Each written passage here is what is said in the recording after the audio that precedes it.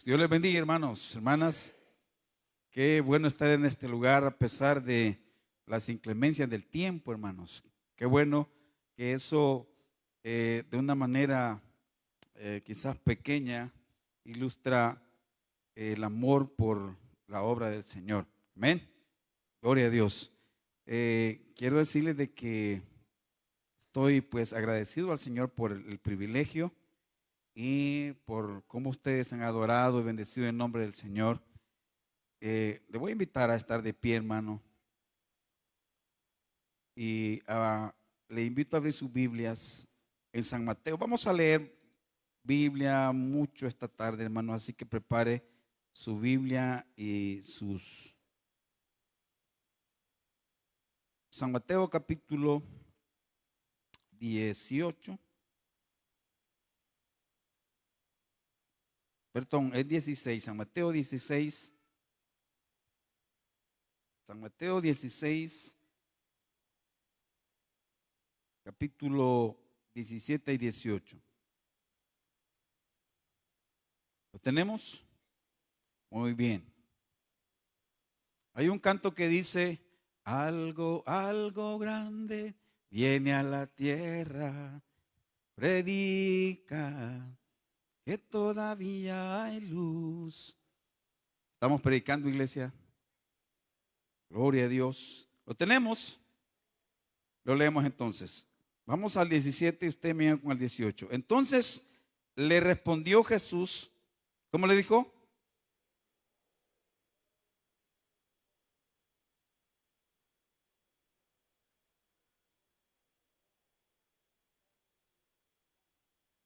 Lo vemos otra vez. Bienaventurado eres, Simón, hijo de Jonás, porque no te lo reveló carne ni sangre, sino mi Padre que está en los cielos. 18.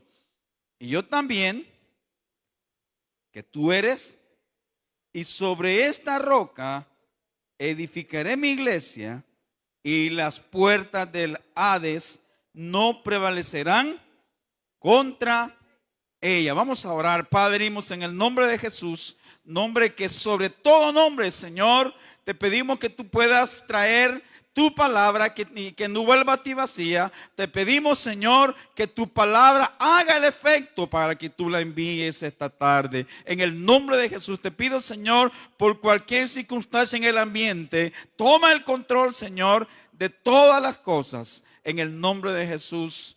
Amén, Jesús, y amén. Gloria a Dios. Todos sabemos que hay un conflicto fuerte en Medio Oriente, ¿verdad?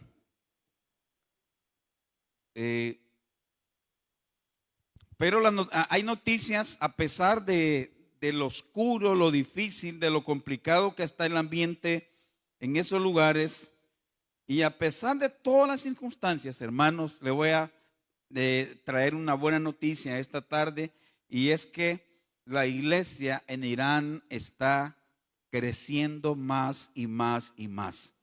Se lo digo nuevamente, la iglesia en Irán está creciendo fuerte, hermano, fuerte. Y no va a ver usted, hermanos, que son misioneros lo que están, bueno, me imagino que han de ver por ahí, pero Irán es parte de la ventana 1040 que hoy ya se extendió, de países donde el evangelio no entra, donde el misionero no entra, a no ser que sea un misionero musulmán, un misionero, no sé, que lo haga en bipartidismo, o no me acuerdo cómo se llama eso, que hace una cosa y hace otra cuestión. Entonces,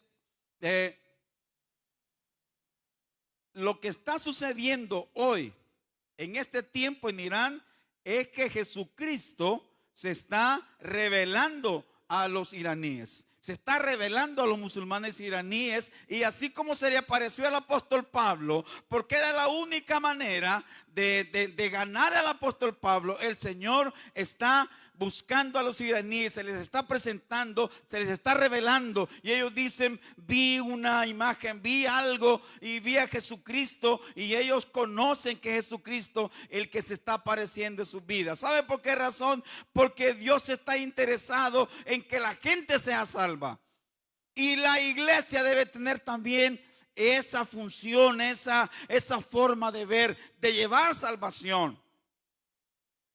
Es la razón de ser de nosotros como iglesia. Pero no se queda ahí. La iglesia de China, una iglesia perseguida, y usted dice, ¿cómo es posible que la iglesia esté creciendo de tal manera en China? Pero así es. La iglesia en China está creciendo fuertemente. ¿Mm? Pero sucede que las iglesias de Occidente han venido hacia abajo y en decadencia cada día. Entonces mi pregunta, ¿por qué tienen que socarles el cincho para que nosotros podamos volver y ser una iglesia madura, una iglesia que practica la palabra de Dios? En el Sermón del Monte de San Mateo capítulo 5, porque así le llamó San Mateo, le llamó el Sermón del Monte, haciendo como un pequeño paralelismo a Moisés cuando subió al monte y recibió la ley. Y entonces hoy venimos con una nueva forma de ver la iglesia, una iglesia como Dios la quería. Y el perfil de la iglesia que él quería dejar estaba en San Mateo capítulo 5. Una iglesia que iba contra la cultura de ese tiempo. Pero eso, hermano, no ha cambiado hasta hoy. Yo quiero que vayamos a Mateo capítulo 5. Vamos a leer una parte de San Mateo 5, hermanos, y específicamente vamos al versículo 10.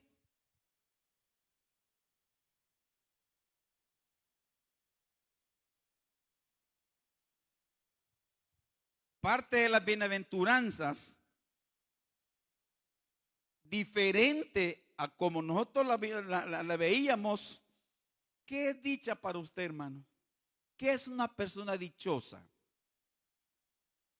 Una persona dichosa, dice usted en su concepto, es una persona que se ha casado bien, es una persona que pensó bien su futuro, que tiene sus ahorritos, es una persona que tiene buen trabajo, ¿sí o no?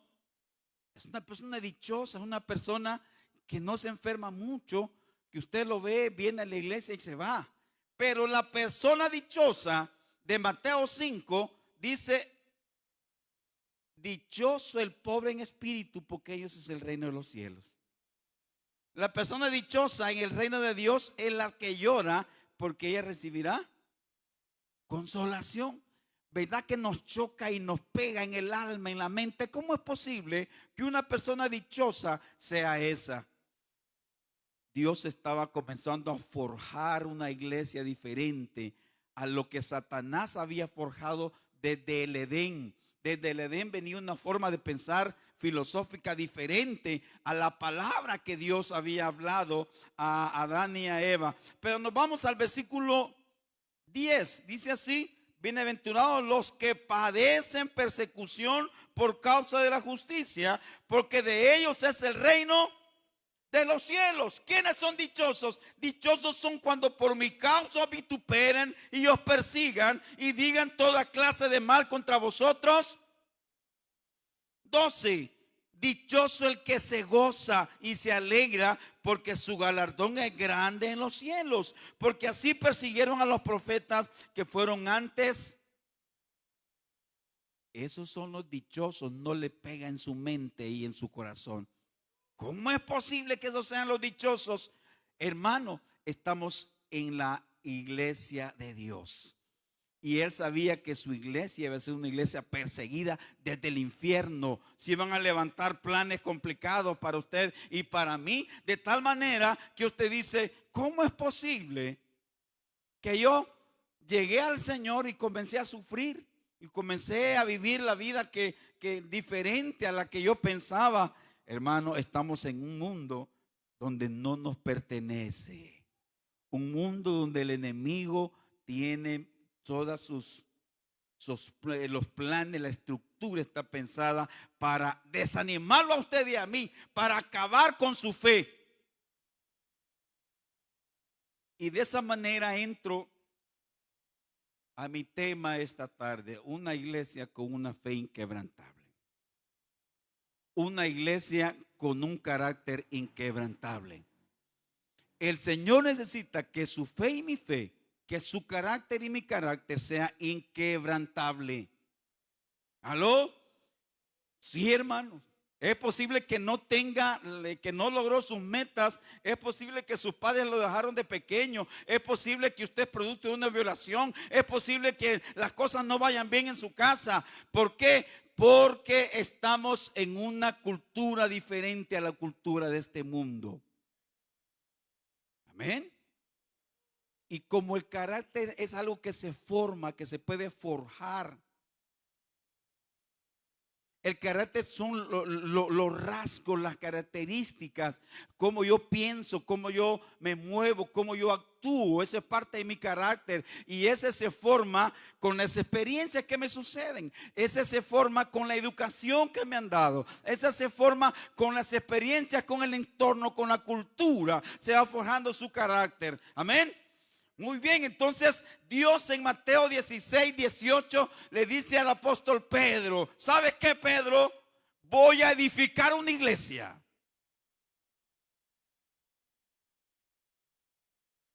Pero la iglesia que yo voy a edificar va a tener una fe inquebrantable.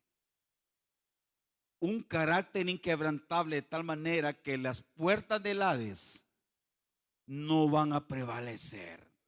El Hades te va a bailar con la muerte, con la desgracia. El Hades te va a tirar problemas, situaciones complicadas. Porque el Hades es la muerte, es el sepulcro. Va a matar quizás tus sueños. Pero la iglesia que Jesucristo está haciendo es una iglesia que las puertas del Hades no van a prevalecer contra ella. Es posible que tu matrimonio esté complicado, pero Dios te necesita con una fe inquebrantable. Es posible que el trabajo no te salga, pero por eso no vas a dejar de evangelizar. Es posible que veas al hermano caer una y otra vez, pero tú te mantienes con un carácter y una fe inquebrantable.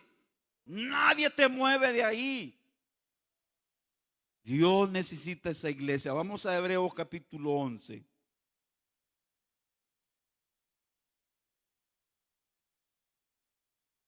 Vamos a Hebreos capítulo 11. ¿Lo tenemos? No, hombre, si aquí hallamos a unas personas. Antes de eso leamos el 10:37. ¿Lo tenemos? 10:37 de Hebreos. Porque aún un poquito y el que ha de venir, va a venir y no tardará. El 39.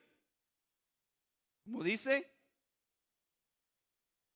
Perdón, el 38, hermanos, disculpen. Mas el justo vivirá por fe.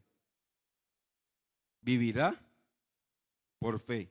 No por vista. No por lo que siente.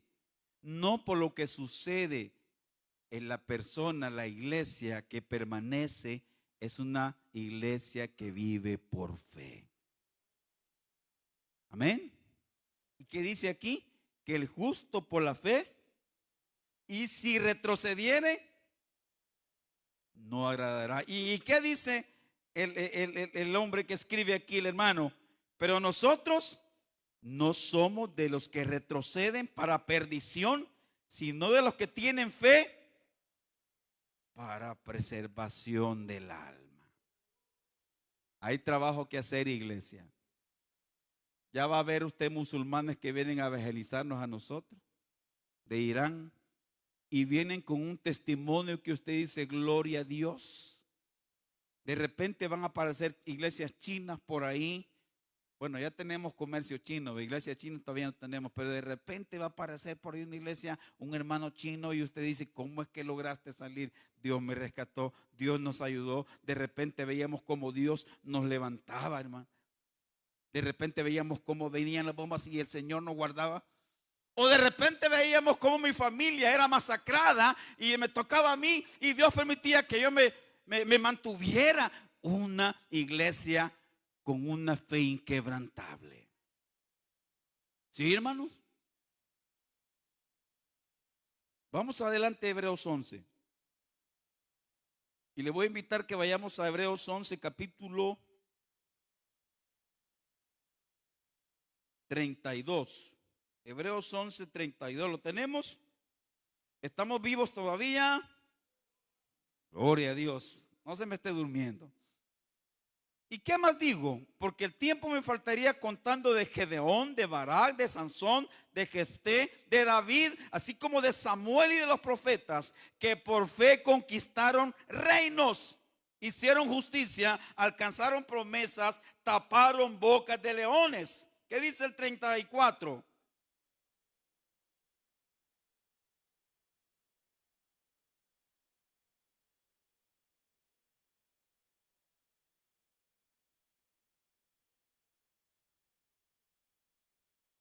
Mira el 35, hermanos. Las mujeres recibieron sus muertos mediante resurrección, mas otros fueron atormentados, no aceptando el rescate, a fin de obtener mejor resurrección. 36. Otros experimentaron vituperios y azotes, y a más de esto, prisiones y cárceles.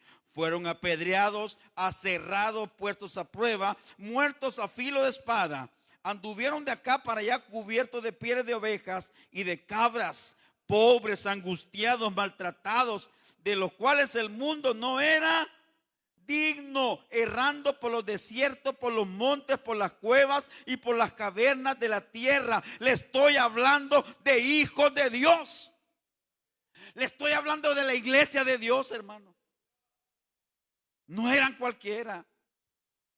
Son gente que se sometieron a las situaciones más complicadas. Y usted y yo no queremos venir porque hay calor en la tarde, imagínense.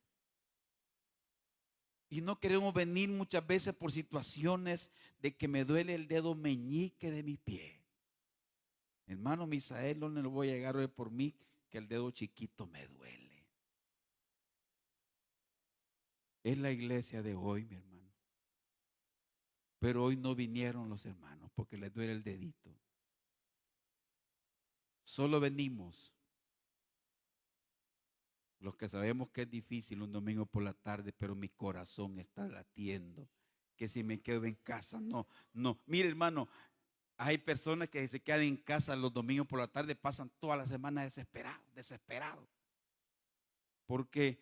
Porque tienen que venir a disfrutar, a gozarse con usted y a mí. Lo que hallamos aquí es gente que me ayuda a salir adelante a mí. Cuando lo veo a usted, digo, voy esta semana en el nombre de Jesús. ¿Ven? Pero usted ve la iglesia de China y de Irán, una iglesia perseguida definitivamente. Pero Jesucristo también los está persiguiendo. Y hay una fe inquebrantable en ellos. Pero ¿cómo es la iglesia hoy? ¿Cuál ha sido el proceso de nuestras iglesias? Vamos a Apocalipsis capítulo 2. ¿Cómo ha ido nuestras iglesias hoy? ¿Lo tenemos? Apocalipsis capítulo 2, versículo 2. Lo tenemos así rapidito, hermanos. Apocalipsis 2, ¿lo tenemos? Yo conozco tus obras, iglesia, y tu arduo trabajo y paciencia, y que no puedes soportar a los malos, y has probado a los que dicen ser apóstoles y no lo son, y los has hallado mentirosos. Versículo 4. Pero tengo contra ti que has dejado tu primer amor. Recuerda por tanto de dónde has caído y arrepiéntete y haz las primeras obras, pues si no vendré pronto a ti y quitaré tu candelero de su lugar si no te hubieres arrepentido. Era una iglesia, hermanos, de una iglesia, la iglesia de Éfeso. Algunos dicen que representan las iglesias de las diferentes momentos y etapas de la iglesia. Pero esta iglesia era una iglesia que había perdido su primer amor, había perdido el empuje de inicio, había perdido eso bonito de la primera relación, y hoy solo estaba trabajando solamente religiosamente. Ya no había allí presencia de Dios. a pesar de que tenían una férrea defensa de sus principios, pero incluso esa férrea defensa hacía que acusaran a hermanos que caían, me imagino yo, a los que los veían medio, no, es que este no anda bien, y comenzaban a criticarlo y a señalarlo. Una iglesia que había perdido el amor de Dios. Una iglesia legalista que conocía la ley de Dios, pero no conocía la gracia del Señor. Pero hay más. Vamos al versículo 14, 2:14. ¿Lo tenemos? Pero tengo unas cosas contra ti, que tienes ahí a los que retienen a la doctrina de Balaam, que enseñaba a Balac a poner tropiezo ante los hijos de Israel, a comer cosas sacrificadas a los ídolos y a cometer fornicación. Y también tiene a los que retienen la doctrina de los nicolaitas, la que yo aborrezco. Por tanto, arrepiéntete, pues si no, vendré pronto a ti y pelearé contra ellos con la espada de mi boca. El que tiene oídos para oír, que oiga lo que el Espíritu dice a las iglesias. ¿Qué pasaba con esta iglesia? Era una iglesia que dejaba pasar, filtrar por alguna razón a este tipo de personas. Está bien, decían, ahí déjenlo pasar, démosle, pongámoslo ahí como líder, pongámoslo a cantar, a predicar. Sí, entonces era una iglesia, hermanos, que de alguna manera se había corrompido. No sé si es la iglesia como Dios la quiere, hermanos, pero es la iglesia en el proceso se fue diluyendo en el mundo. No era una iglesia con una fe inquebrantable, con un carácter de rasgo inquebrantable, sino que la iglesia comenzó a perder su primer amor. A perder el primer amor, de repente apareció alguien que era hábil para esto, para la otra, y lo ponían aquí. De repente apareció una persona que era hábil para cantar, pero tenía algunas cosas, no importa, pongámoslo. Era hábil para testificar, se podía bien el plan de salvación, mandémoslo a evangelizar. Era alguien que era bueno para la música, pongámoslo ahí, no importa nada más. Y entonces la iglesia fue diluyendo la fe y el carácter inquebrantable, de tal manera que el enemigo comenzó a entrar a la iglesia. Y cuando el enemigo comenzó a entrar a la iglesia, comenzó a bajar la iglesia, Dios no llegó, Dios no entraba. Pero no, eso no es mucho. Vamos entonces a la otra iglesia, hermanos. Versículo 20, pero tengo unas cosas contra ti, que toleras que esa mujer Jezabel, que se dice profetiza, enseñe y seduzca a mis siervos a fornicar y a comer cosas sacrificadas a los ídolos, y le he dado tiempo para que se arrepienta, pero no quiere arrepentirse de su fornicación. He aquí yo la arrojo en cama y en gran tribulación a los que con ella adulteran, si no se arrepienten de las obras de ella. Esta iglesia de Dios tuvo que intervenir definitivamente, porque era su iglesia y él la estaba edificando y veía que no estaba mucha la edificación. Entonces él dijo de esa manera. Y hermano, podemos leer las otras partes. La última iglesia era la iglesia de la Odisea, una iglesia que era una iglesia rica, una iglesia que tenía dinero, una iglesia que era una iglesia que dice aquí, usted lo ve, dice aquí, pero versículo 18, 17, porque tú eres, dices, yo soy rico y me he enriquecido y de ninguna cosa tengo necesidad, y no sabes que tú eres un desventurado, miserable, pobre, ciego y desnudo. La última iglesia era una iglesia tibia.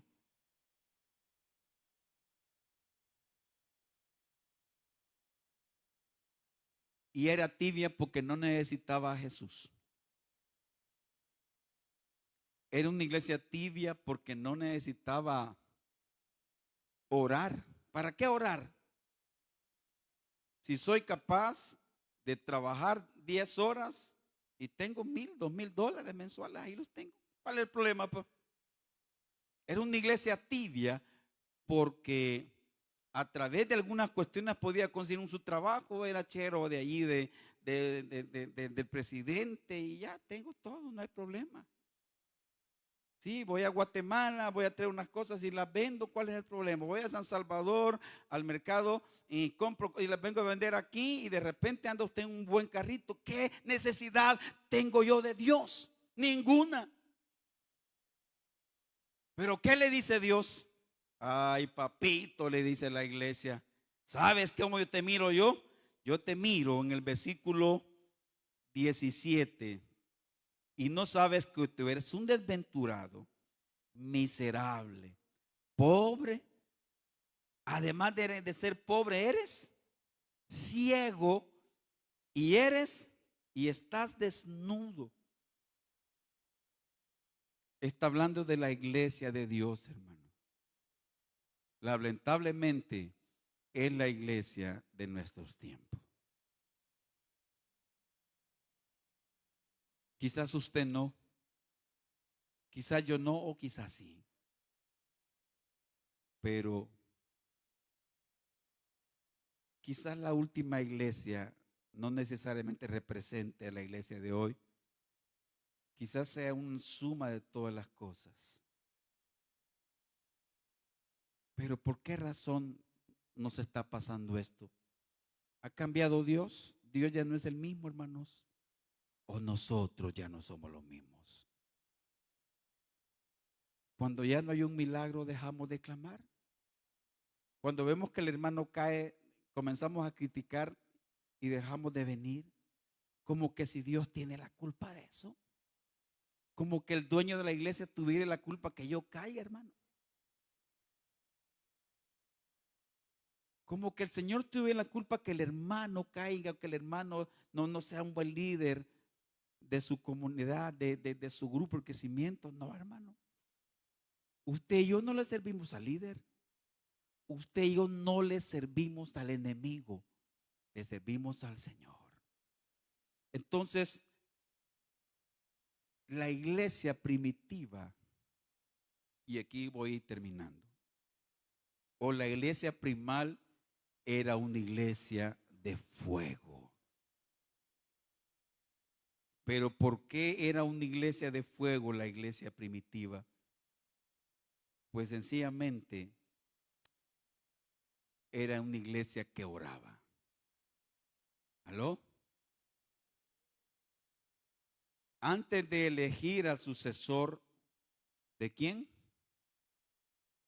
De Judas. La iglesia dice que oró. Antes de elegir a un líder que los iba a guiar, no se dejaron ah, no se dejaron ir por la habilidad de oratoria que tenía. Tampoco se dejaron ir por la habilidad de estructurar un plan y wow. Porque eso lo puede hacer cualquiera. Alguien que haya estudiado, que tenga esos talentos, viene y nos arma un buen plan para todo el año.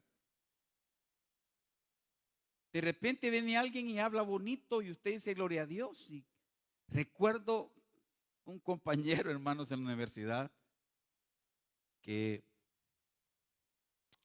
de repente apareció un ingeniero que era cosa seria.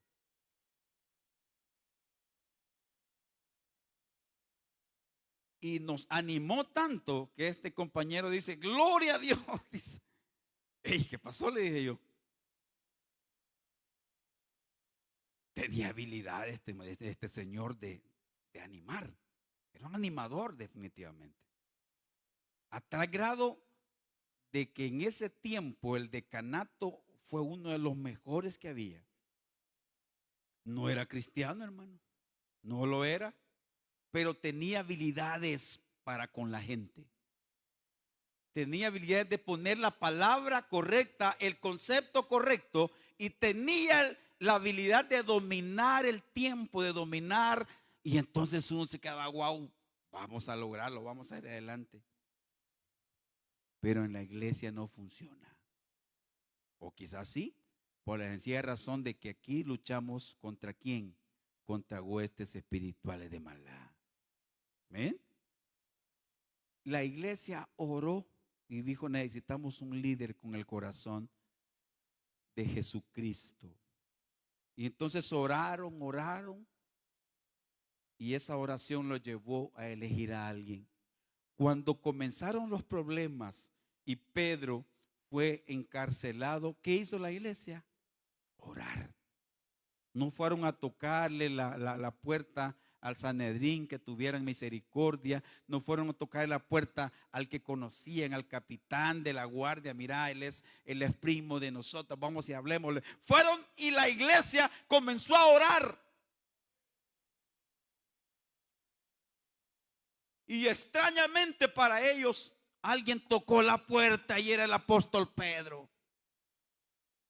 Y la muchacha extrañada se fue corriendo, no le abrió, sino que se fue corriendo al decir, es Pedro el que toca. ¿Qué Pedro es? Sí, porque la oración tiene poder, la oración que va en el nombre del Señor. Pero se nos ha ido eso. Comenzamos a resolver las situaciones como nos han enseñado y comenzamos a sumar y a restar.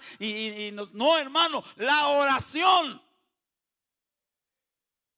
hace que la iglesia tenga poder y autoridad. No importa las decisiones que pase.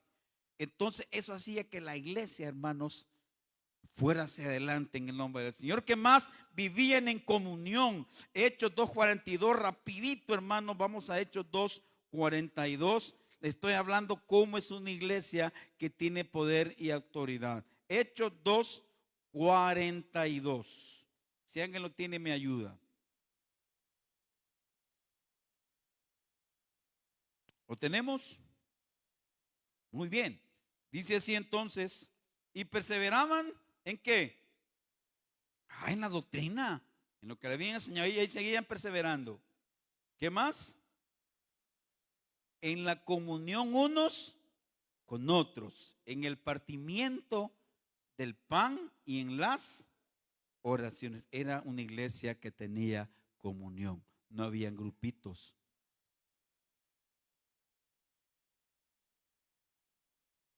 En nuestras iglesias, si usted no está en ese grupo, ay Dios, nos miran como atol de otro día, ¿verdad? ¿Sí? Segundo, era una iglesia unida, una iglesia que tenía comunión y todos jalaban para el mismo lado. No había cacique aquí, cacique allá, no habían caciques buscando aquí, buscando allá. Era una iglesia unida. La única cabeza era Jesucristo de Nazaret.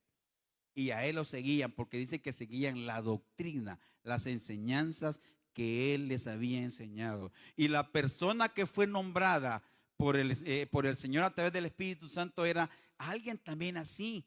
Y entonces esa persona llegó a sumar. Esa persona llegó a seguir en la comunión, ¿sí? Cuando llegó la persona que sustituyó a Judas, no era una persona que llegó, bueno, aquí las cosas se han hecho de otra manera, pero hoy lo vamos a hacer así. No, hermano, era una persona que había puesto al Señor ahí. Y siguieron con la unidad y la comunión. Entonces, hay que orar como iglesia, pero orar con efectividad, con una fe que funciona. Y la otra, seamos una iglesia unida. Dice el Salmo que Dios ahí envía bendición y vida eterna. Unámonos, hermanos. De repente por ahí encontramos a un muchacho que estaba fumando un día de estos. Y comenzamos a tirarle piedras.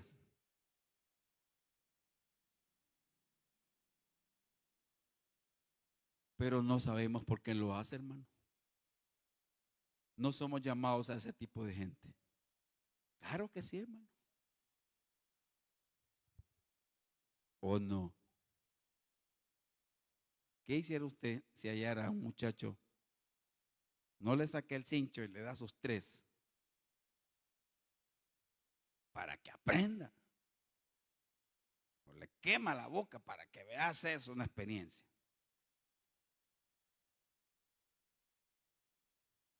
¿Qué hubiera hecho Jesús? ¿Se imagina usted qué habría hecho Jesús? Con un Judas encima, con un Pedro encima. ¿Le hubiera tenido paciencia? Claro que sí. O quizás no, ¿verdad? Te reprendo y comenzar a orar en el nombre del Señor. Pero había tal unidad que Jesucristo se sentía bien en esa iglesia. Había oración porque la oración es dependencia.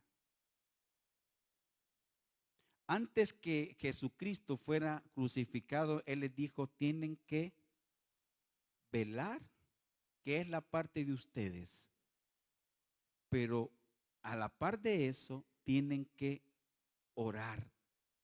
Porque orar significa que yo dependo de las directrices del cielo. Orar significa que mi capacidad no da. Necesito la habilidad, necesito la ayuda del cielo. Padre nuestro que estás en los cielos. San Mateo capítulo 5. Santificado sea tu nombre, venga tu reino, hágase tu voluntad, como en el cielo, en mi vida.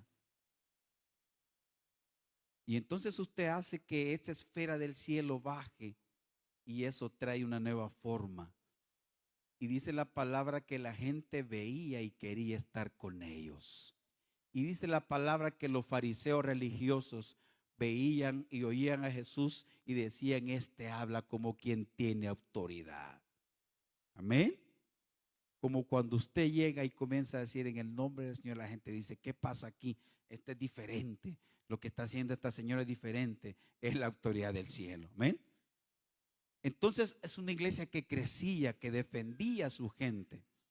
Pero ¿qué más tenía? Es una iglesia que era generosa. ¿Qué significa? Que de lo que tenía, daban. Pero a pesar de que la iglesia de Jerusalén se quedó pobre, quizás por ese tipo de acción, venían otras iglesias y comenzaban a colaborar. ¿Sabe? Porque lo que tenían sabían que no era de ellos. Dios se los había dado. Una iglesia que oraba era una iglesia que estaba unida en comunión, era una iglesia que lo que tenía eran para todos. Si yo tengo un pan, lo comparto con usted. Si yo tengo un pan, lo escondo hasta que usted se va. No era así, ¿verdad? Y después lo sabe, usted se ha ido. A mí mi cafecito nuevo que tengo por ahí, lo escondo hasta que vas a... No, hermano, era común. ¿Por qué? Porque sabían que Dios les daba. Venía de Dios lo que yo tenía. Una contracultura diferente. En San Mateo 16, edificaré una iglesia donde cada ser va a ser diferente, y esa es la idea de Dios en Damasco, hermanos, que seamos una iglesia diferente, una iglesia que proclame la palabra del Señor con un carácter inquebrantable. Y vamos a ir terminando. Era una iglesia que obedeció al mandato de expandir el evangelio. Era una iglesia obediente. Y cuando hay obediencia, qué buenísimo se siente. Hay bendición. Cuando su hijo es obediente, no le da más a veces. Usted, qué bonito mi hipota, dice usted. Esta mi cipota, y usted hasta le habla de ella. No, que cipota es. Y entonces la obediencia trae bendición. La obediencia trae bendición. Entonces, ¿por qué la iglesia primitiva era una iglesia de poder? Porque era una iglesia que oraba, no simulaba que oraba. No resolvía las cosas por las capacidades que tenían, sino que iban al que tenía la solución.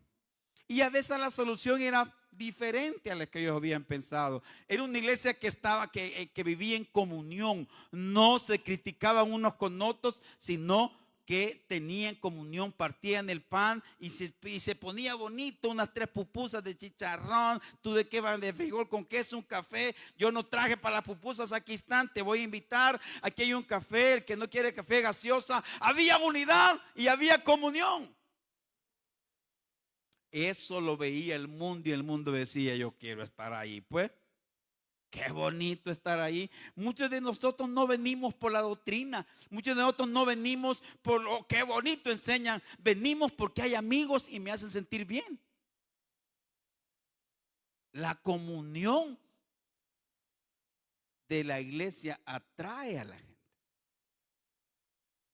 Es lo que le conté la vez pasada del hermano que se fue a otra iglesia porque allá se sentía bonito. lo trataban bien ahí. Mira, hermano, me decía, si yo sé que esa doctrina es del diablo, me decía, tremendo, pero ¿sabe qué? Me tratan bien, yo me siento bien ahí.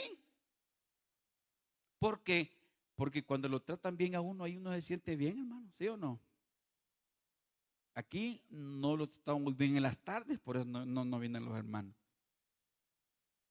¿Qué más? Sobre todo, y aquí le voy a subrayar, bien subrayado, con rojito, con anaranjado, tenían la llenura del Espíritu Santo. Ay, hermano, y ahí está todo. ¿Se acuerda, hermanos, en Hechos 2 que fueron todos llenos del Espíritu Santo?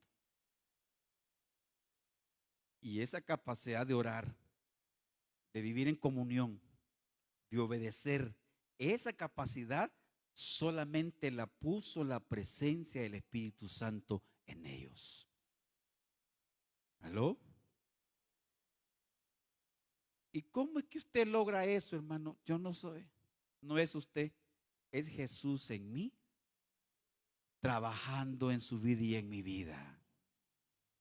De repente tiene sus caíditas por ahí, sus cosas que se colea medio porque las llantas están un poco raras, pero el Señor se encarga de darle sus nalgaditas a uno y lo mete al camino. Es la obra de Jesús en mi vida. La obra del Espíritu Santo en su vida y en mi vida es la que trabaja, hermanos. Entonces, todo eso que hemos visto de la iglesia primitiva, que fue capaz de morir y de entregar su vida, y todo lo que vimos allí en Hebreos capítulo 11 se refería a una iglesia que era llena del Señor. Era una iglesia en la que Jesús estaba trabajando. Mire qué bonito cuando usted ve, por ejemplo, una escuela o cuando usted ve una familia y usted dice, ya sabemos quién ha trabajado esa familia. Mira qué bonito está esa familia. Mira qué bonita está esa escuela. Es que la está trabajando. Entonces, esta iglesia era bonita porque Jesús la estaba trabajando. Edificaré mi iglesia.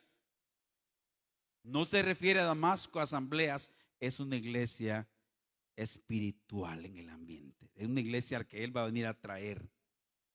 Era una iglesia que está trabajando para Él. Hermano, quizás Damasco o quizás su iglesia, donde quiera que esté, lo que me estén viendo, el hermano William en Estados Unidos, quizás no vea que esté trabajando, pero de repente usted comienza a trabajar porque es parte de la iglesia invisible del Señor. Termino con esto. Vamos a Timoteo capítulo, 2 Timoteo capítulo 2 versículos 3 y 7. Con esto vamos a ir cerrando, como decimos lo que predicamos y no cerramos.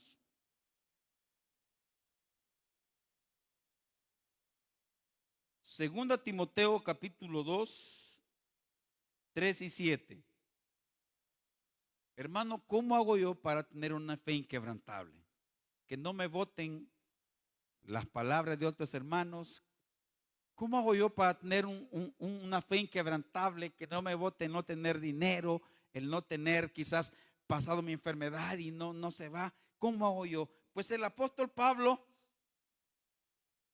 hablando a uno de sus discípulos, Timoteo, vamos al versículo 3, ¿lo tenemos? Muy bien. Dice, leámosle del 1, 2, 1. Tú pues, hijo mío, esfuérzate en la gracia que es en Cristo Jesús. Lo que has oído de mí ante muchos testigos, esto encarga a hombres fieles que sean idóneos para enseñar también a otros. El 3. Tú pues sufre penalidades como buen soldado de Jesucristo. Ninguno que milita se enreda en los negocios de la vida a fin de agradar a aquel que lo tomó por soldado. ¿Qué dice el 5? Ajá, sí. Muy bien. Vamos al 6. El labrador, para participar de los frutos, debe trabajar primero. Considerar lo que digo y el Señor te dé entendimiento en todo. Entonces, ¿cuáles son las marcas de una iglesia con una fe inquebrantable? Es una iglesia que sufre y es leal en el sufrimiento, como lo es un soldado. Lo repito, el apóstol Pablo le dijo, mira, necesitas quizás sufrir, Y en ese sufrimiento Dios necesita que seas leal. La lealtad. Amén.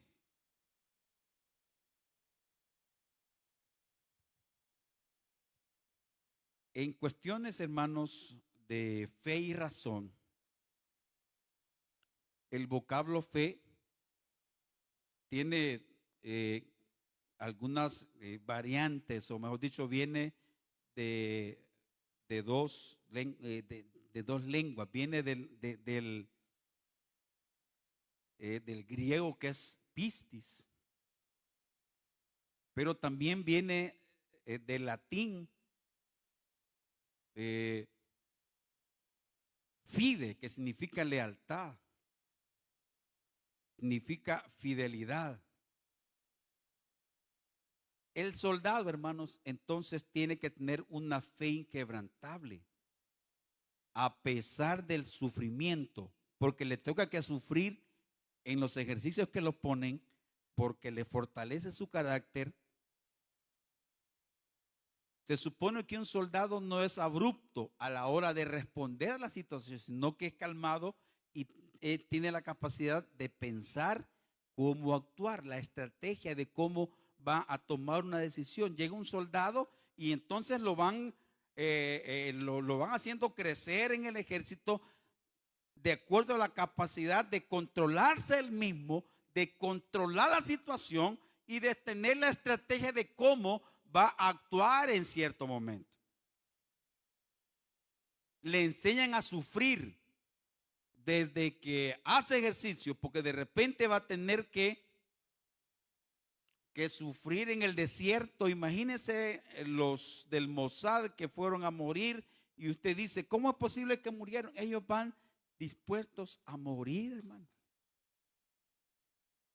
Dispuestos a morir porque un soldado está para eso. De una vez lo llaman, o de una vez él decide. Bueno, en Estados Unidos es ley que a los tantos años ya entran al ejército.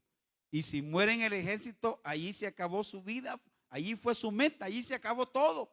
Y sus padres no están llorando porque a sus padres ya los prepararon, que ese es su hijo, va a ser un soldado, que es posible llegue a capitán, es posible llegue a ser el jefe del ejército, pero también es posible que muera joven, es posible que no llegue a nada.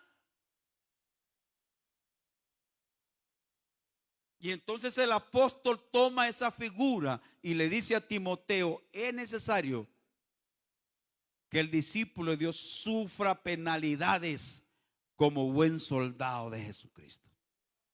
Entonces, una iglesia con fe inquebrantable debe tener la capacidad de sufrir, pero en ese sufrimiento ser leal a su Señor. Pero también hace una demostración, una idea de que debe ser como el atleta. ¿Cómo es el atleta? Es una persona que es disciplinado y lucha legítimamente. ¿Aló? El soldado es una persona que sufre penalidades y se mantiene leal. Es posible que a usted y a mí y cualquiera persona caiga o le levanten cuestiones, pero eso a usted no lo mueve, porque es los sufrimientos que a usted le toca que vivir, hermanos.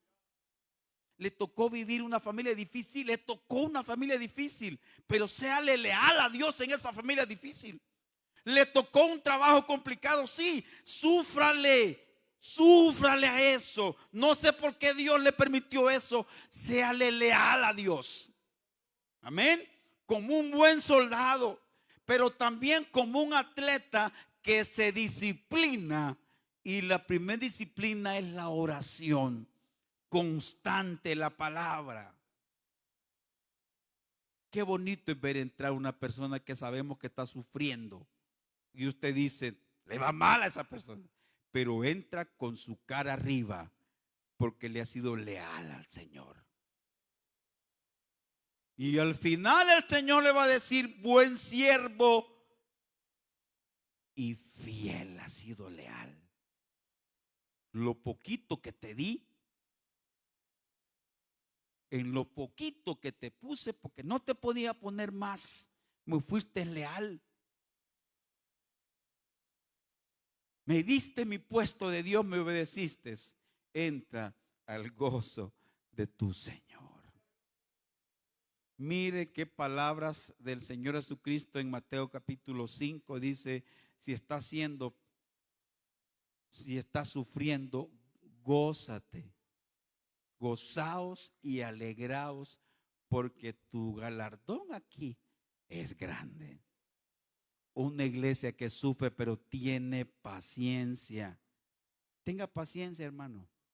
Tenga paciencia con esa enfermedad, con esa vida que lleva, que no le ve fruto. Tenga paciencia, séale fiel a Dios. Vaya al grupo de crecimiento, cante con amor, predique con amor, prepare su mensaje con amor, prepare la lista de los cantos con amor, sírvale al Señor con amor. Esa es lealtad a pesar de las situaciones que usted puede estar pasando. Una iglesia que el Señor está construyendo es una iglesia que sufre, pero que es leal.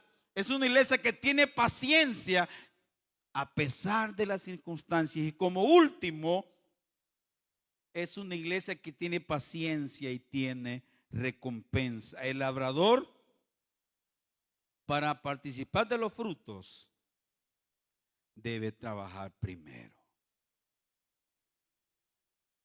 El labrador, para participar de las recompensas, hay que trabajar primero.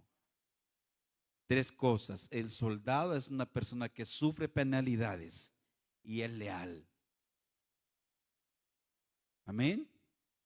Penalidades pueden ser cosas que le estén pasando en su grupo de crecimiento, hermano. Y usted no va a partir con la primera y va a dividir el grupo. No, hermano. Va a agarrar esa situación, va a sufrirla, va a ir allá adentro de su cuarto y va a decir: el Señor Padre, esto no lo soporto porque no es cierto. Pero yo te voy a hacer leal a ti. Usted va y canta sus 30 himnos en el grupo de crecimiento y hay bendición, 3 y 4 almas vienen. ¿Sabe, hermano? Porque usted le ha sido leal a Dios. ¿Aló? Ha tenido paciencia en las situaciones más difíciles y los frutos allí vienen. Nos ponemos de pie, hermanos.